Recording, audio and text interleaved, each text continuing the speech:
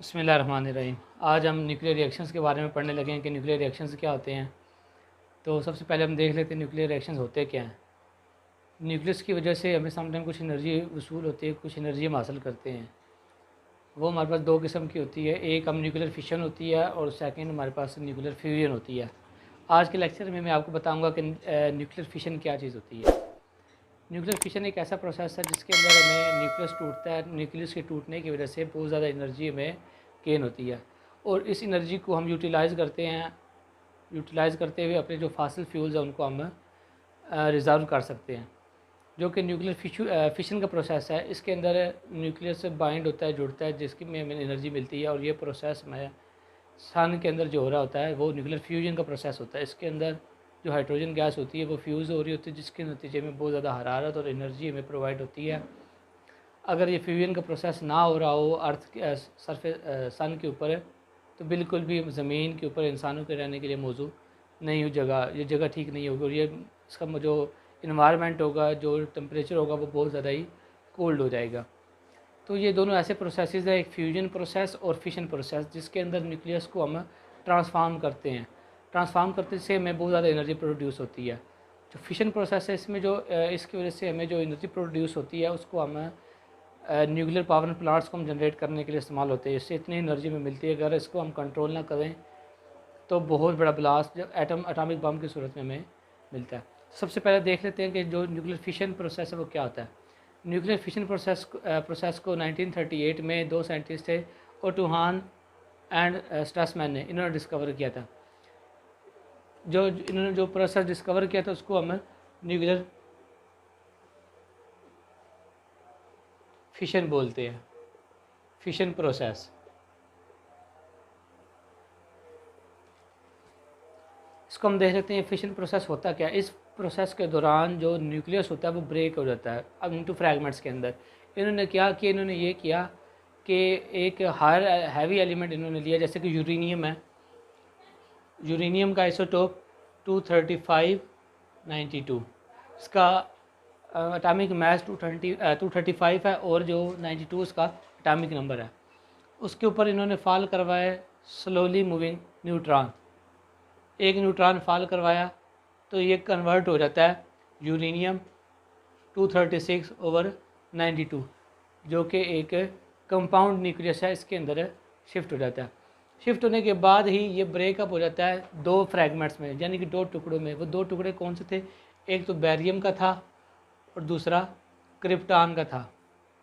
एक बैरियम का था और दूसरा क्रिप्टॉन का था। जो बैरियम था ये हमारे पास है, इसका 56 जी एटॉमिक नंबर 56 था और क्रिप्टॉन का एटॉमिक नंबर 36 है। जबकि इसका 141 एटॉमिक मास था और इसका 92 एटॉमिक मास था। और साथ 3 न्यूट्रॉन्स इमिट हुए हैं, 3 न्यूट्रॉन्स इमिट हुए हैं और साथ साथ एक क्यू यानी कि हीट, इनकी एनर्जी बहुत ज़्यादा प्रोड्यूस हुई है। दोबारा देख लेते हैं कि इन्होंने क्या एक्सपेरिमेंट किया फिशन प्रोसेस के दौरान। किसी भी अगर जो हमारे पास हैवी एलिमेंट है, जैसे कि यूरेनियम, हमारे पास यूरेनियम का आइसोटोप है 235/92, इसके ऊपर उन्होंने स्लो मूविंग न्यूट्रॉन को फॉल करवाया। तब न्यूट्रॉन को फॉल करवाने की वजह से जो हमारे पास कंपाउंड न्यूक्लियस बना वो यूरेनियम 236/92, यानी कि 236 इसका एटॉमिक मास है और 92 उसका एटॉमिक नंबर था, ये बना। और फिर फर्दर प्रोसेस हुआ जिसकी वजह से ये ब्रेक हो गया बैरियम और क्रिप्टॉन के अंदर, और अलॉन्ग विथ 3 उसने न्यूट्रॉन भी खारिज किए और साथ ही इस प्रोसेस के दौरान एनर्जी इमिट हुई। अब यहाँ पे बैरियम और क्रिप्टॉन दो उसके फ्रैगमेंट्स बोलते हैं, ये फ्रैगमेंट्स हैं। ये न्यूट्रॉन इनिशियल न्यूट्रॉन है, यानी प्रोजेक्टाइल कहते हैं इसको, जो हमने प्रोजेक्ट किया था किसी भी टारगेट के ऊपर। जो टारगेट हमारे पास है यूरेनियम है, इसको मैं लिख देता हूँ यूरेनियम है मेरे पास टारगेट एलिमेंट है, जबकि ये मेरे पास प्रोजेक्टाइल है जिसको मैंने प्रोजेक्ट किया है किसी भी हैवी एलिमेंट जैसे कि यूरेनियम के ऊपर। तो जो हमें मिला है यूरेनियम का कंपाउंड न्यूक्लियस, हम इसको बोलेंगे कंपाउंड न्यूक्लियस। साथ में बैरियम और क्रिप्टॉन, ये दो एलिमेंट मिले हैं, इनको हम बोलते हैं फ्रैगमेंट्स।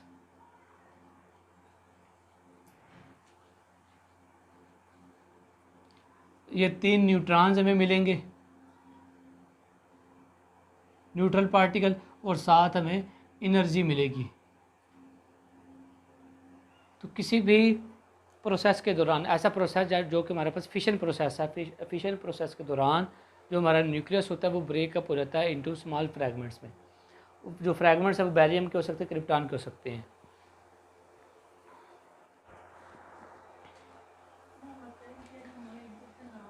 नेक्स्ट हम देख लेते हैं कि जो न्यूक्लियर फिशन होता है हमारे पास है, एक तो मैंने आपको बताया कि यूरेनियम के ऊपर जब हम स्लो मूविंग न्यूट्रॉन फॉल करवाते हैं तो वो कंपाउंड न्यूक्लियस में चेंज हो जाता है, और साथ ही वो बैरियम और क्रिप्टॉन के अंदर उसके फ्रैगमेंट से उसका न्यूक्लियस जो है वो ब्रेकअप हो जाता है, जिसके बाद 3 न्यूट्रॉन्स इमिट होते हैं और साथ कुछ हीट भी हीट की अमाउंट रिलीज़ होती है। लाजमी नहीं है कि जब भी ये प्रोसेस होगा सिर्फ और सिर्फ बैरियम या क्रिप्टॉन ही रिलीज़ होंगे, नहीं, ऐसा नहीं है। इस प्रोसेस के दौरान यूरेनियम को जब हम स्लो मूविंग न्यूट्रॉन फॉल करवाते हैं तो उसके दौरान जर्मेनियम और न्यूडियम भी साथ साथ इमिट हो सकते हैं, और साथ वही तीन न्यूट्रॉन इमिट होंगे और प्लस कुछ एनर्जी रिलीज़ होगी। उसके बाद या तो ये रिएक्शन भी हो सकता है, या फिर वही काम इसके अंदर हमारे पास 3 और मोलिब्डेनम और साथ 3 न्यूट्रॉन इमिट होंगे, उसके साथ एक एनर्जी की मकदार भी कुछ खारिज होगी। तो ये 3 के अलावा और भी प्रोसेसेस हैं जो कि न्यूक्लियर फ्यूशन के दौरान जब भी न्यूक्लियस ब्रेकअप होता है, ब्रेकअप होने की वजह से जो न्यूक्लियस ब्रेकअप होगा उसके जो फ्रैगमेंट्स बनेंगे वो कुछ एलिमेंट्स के बनेंगे। इनमें बैरियम क्रिप्टॉन आ जाएगी, न्यूडियम जर्मेनियम आ जाएगा, उसके बाद टिन और मोलिब्डेनम आ जाएगा। तो ये वो प्रोसेस है जो कि किसी भी न्यूक्लियर फिशन के दौरान हमारे पास हो सकते हैं। नेक्स्ट हम देख लेते हैं कि जो हमारा न्यूक्लियर फिशन का चैन रिएक्शन है वो किस तरह स्टार्ट होता है। क्योंकि हमने शुरू में पढ़ लिया कि जो भी न्यूक्लियर फिशन का प्रोसेस होता है इसके अंदर काफ़ी एनर्जी रिलीज़ होती है और इसको कंट्रोल करना बहुत मुश्किल होता है। वो कंट्रोल कर भी सकते हैं और उसको अगर ना करें तो ये एटॉमिक बम की सूरत में बहुत ज़्यादा एनर्जी को रिलीज़ करता है। ये चैन रिएक्शन स्टार्ट कैसे होता है और किस तरह से चैन रिएक्शन बनता है वो हम देख लेते हैं। हमने अभी देखा है कि जब भी हमारे पास स्लो मूविंग न्यूट्रॉन किसी यूरेनियम एलिमेंट के ऊपर, यूरेनियम के आइसोटोप्स के ऊपर फॉल करवाते हैं तो वो यूरेनियम का जो न्यूक्लियस होता है वो न्यूक्लियस ब्रेकअप हो जाता है 2 फ्रैगमेंट्स के अंदर, एक बैरियम फ्रैगमेंट और दूसरा क्रिप्टॉन। साथ वो 3 जो उनसे वो न्यूट्रॉन को भी इमिट करता है और कुछ एनर्जी रिलीज़ होती है। जैसे ये 3 न्यूट्रॉन्स इमिट होते हैं, यही 3 न्यूट्रॉन्स नेक्स्ट मज़ीद 3 यूरेनियम एटम के न्यूक्लियस के साथ हिट करते हैं। जब नेक्स्ट तीनों न्यूट्रॉन एक एक करके नेक्स्ट यूरेनियम के साथ हिट करते हैं तो अगेन बैरियम और क्रिप्टॉन, बैरियम और क्रिप्टॉन, बैरियम और क्रिप्टॉन फ्रैगमेंट्स के अंदर वो न्यूक्लियस ब्रेकअप हो जाता है और फिर वो मज़ीद हर यूरेनियम एटम मज़ीद 3 न्यूट्रॉन को वो आगे से रिलीज़ करता है। हर 3 अगर हमारे पास 3 यूरेनियम के न्यूक्लियसेस हैं तो तीनों फिर नेक्स्ट 3 यानी कि टोटल 9 न्यूट्रॉन को इमिट करेगा। अब ये तीनों न्यूट्रॉन जो उनसे हैं ये मज़ीद नेक्स्ट आने वाले यूरेनियम को न्यूक्लियस को हिट करेंगे और वो इसी तरह 27, 3, 9, 27, 81 और इस तरह न्यूट्रॉन्स की तादाद बढ़ती जाती है और इस तरह ये प्रोसेस चलता जाता है, बढ़ता जाता है, जिसके से बहुत ज़्यादा एनर्जी आखिरकार आके में एट लास्ट बहुत ज़्यादा एनर्जी की फॉर्म में एनर्जी मिलती है। और एक न्यूट्रॉन जो एनर्जी को रिलीज़ करता है वो 200 MeV एनर्जी को रिलीज़ करता है। यही वजह है कि हम इतनी ज़्यादा एनर्जी को अगर कंट्रोल नहीं कर पाते तो ये तो फिर एटॉमिक बम की सूरत में बहुत ज़्यादा हमें नुकसान उठाने का अंदेशा होता है। इसको हम कंट्रोल कर सकते हैं, कंट्रोल करके अपनी इस न्यूक्लियर एनर्जी को हम यूटिलाइज़ करके हम इसको न्यूक्लियर रिएक्टर बनाए हैं ताकि हम न्यूक्लियर रिएक्टर में हम इस न्यूट्रॉन की जो चैन रिएक्शन है, जो यूरेनियम का चैन रिएक्शन न्यूट्रॉन की वजह से, इसको हम कंट्रोल करके इसको हम अपनी इंडस्ट्रीज़ के अंदर या इलेक्ट्रिसिटी प्रोड्यूस करवाने के लिए इसको हम यूज़ कर सकते हैं। इसके लिए हम कैडमियम की रॉड यूज़ करते हैं, कैडमियम रॉड यूज़ करते हैं न्यूक्लियर रिएक्टर के अंदर ताकि हम इस एनर्जी को कंट्रोल कर सकें, ताकि एक न्यूट्रॉन से आगे जो मज़ीद न्यूट्रॉन्स आ रहे हैं इनकी तादाद को हम कम कर सकें। ये जो कैडमियम के रॉड्स होते हैं ये बेसिकली इनका काम क्या होता है कि जो न्यूट्रॉन्स आ रहे हैं इनकी मोशन को स्लो डाउन कर देता है या इनको ये अब्ज़ॉर्ब कर लेता है, जिसकी वजह से जो हमें एनर्जी मिलती है वो बहुत कम मिकदार में मिलती है। ये जो न्यूक्लियर रिएक्टर्स हमने बनाए हैं वो nuclear reactors controlled fission reaction के लिए होते हैं। हमारे पास 2 ही किस्म के रिएक्शंस होते हैं, एक कंट्रोल्ड फिशन रिएक्शन होते हैं और सेकंड अनकंट्रोल्ड या नॉन कंट्रोल्ड फिशन रिएक्शन।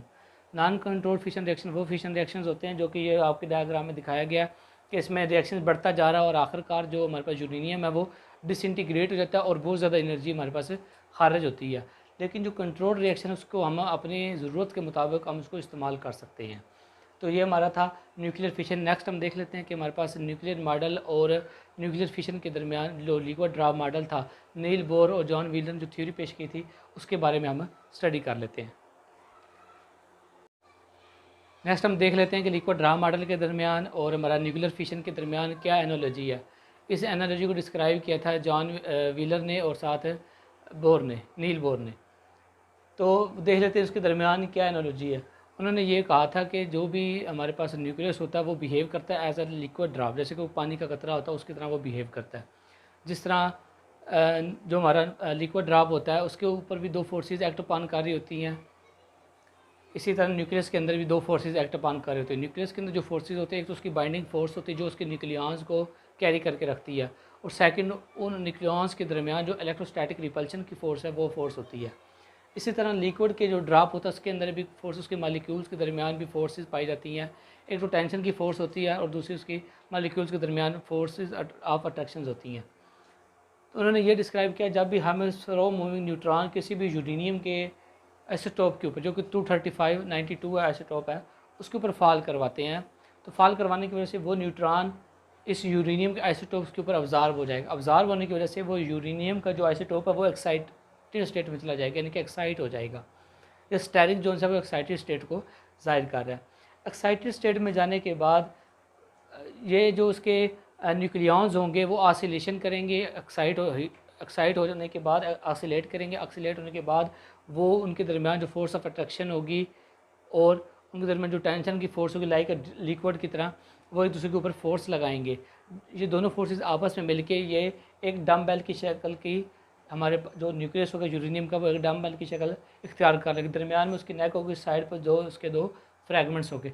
क्योंकि अब देखें यहाँ पे पॉजिटिव साइड है, दोनों एक्सट्रीम के ऊपर पॉजिटिव चार्ज है, पॉजिटिव प्रोटॉन्स हैं, यानी कि प्रोटॉन्स हैं, जिसकी वजह से ये दोनों प्रोटॉन्स एक दूसरे को रिपेल करेंगे। रिपेल करने की वजह से ये फ्रैगमेंट्स एक दूसरे से अलग हो जाएंगे और साथ बहुत ही ज़्यादा एनर्जी रिलीज़ होती है। दोबारा देख लें कि न्यूट्रॉन जब भी किसी यूरेनियम के जो आइसोटोप है, आइसोटोप के ऊपर फॉल करवाते हैं, तो वो उसको ऑब्जॉर्व करने के बाद यूरेनियम का जो आइसोटोप है वो एक्साइटेड स्टेट में चला जाता है।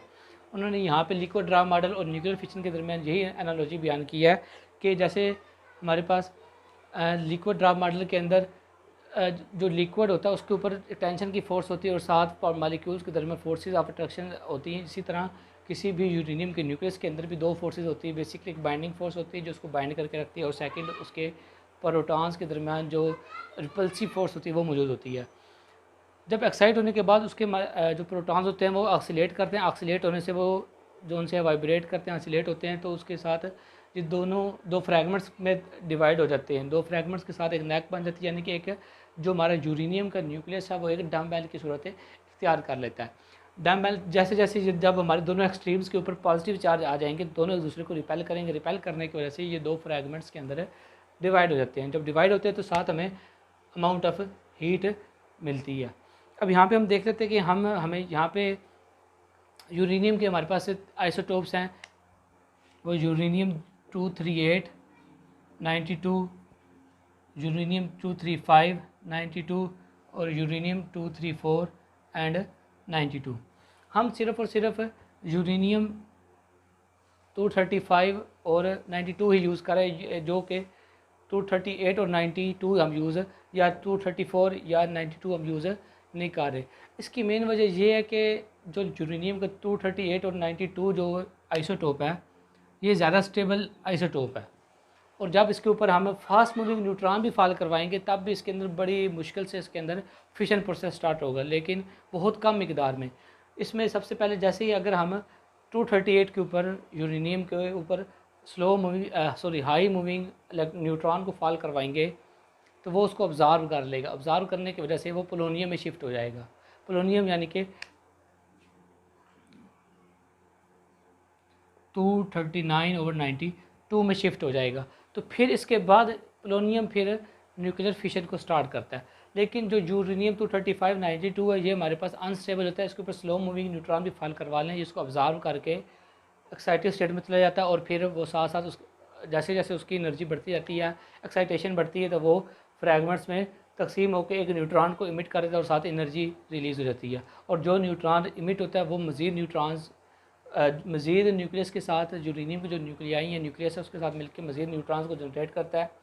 तो जनरेट करने के बाद वो मज़ीद चैन रिएक्शन की सूरत में हमारे पास है वो बढ़ता जाता है और उसको हम चैन रिएक्शन बोलते हैं। तो ये हमारा आज का टॉपिक था। काइंडली चैनल को सब्सक्राइब भी कीजिएगा, शेयर भी कीजिएगा और वॉच भी कीजिएगा। अगर किसी बात की आपको ना समझ आए तो आप कमेंट